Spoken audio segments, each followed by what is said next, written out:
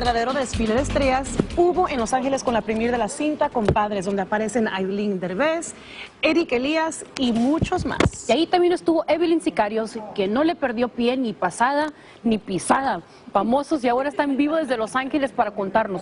No sé qué me está pasando, el LASIK no funcionó. El LASIK no está funcionando. Mejor que nos cuente Evelyn qué hizo ayer. Hola, guapetonas, un gustazo verlas, ustedes Igualmente. iguales de lindas. Oigan, pues fíjense que ayer nos fuimos a la alfombra roja de la película Compadres, que como sabemos estrena en cines el 22 de abril.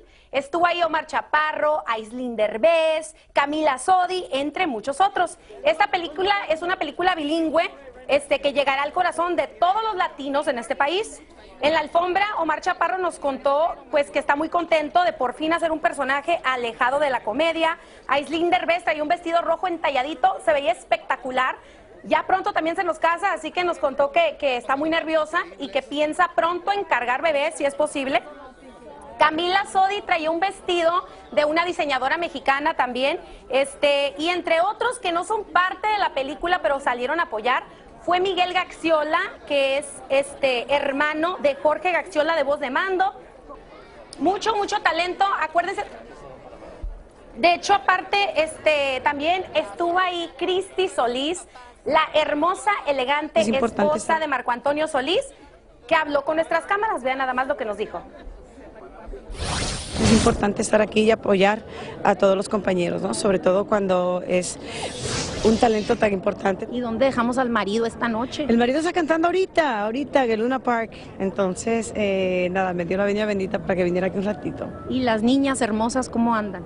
Bien preciosas, talentosas. Son un par de golondrinas, mis hijas, estudiando mucho, preparándose para lo que viene en la vida, ¿no?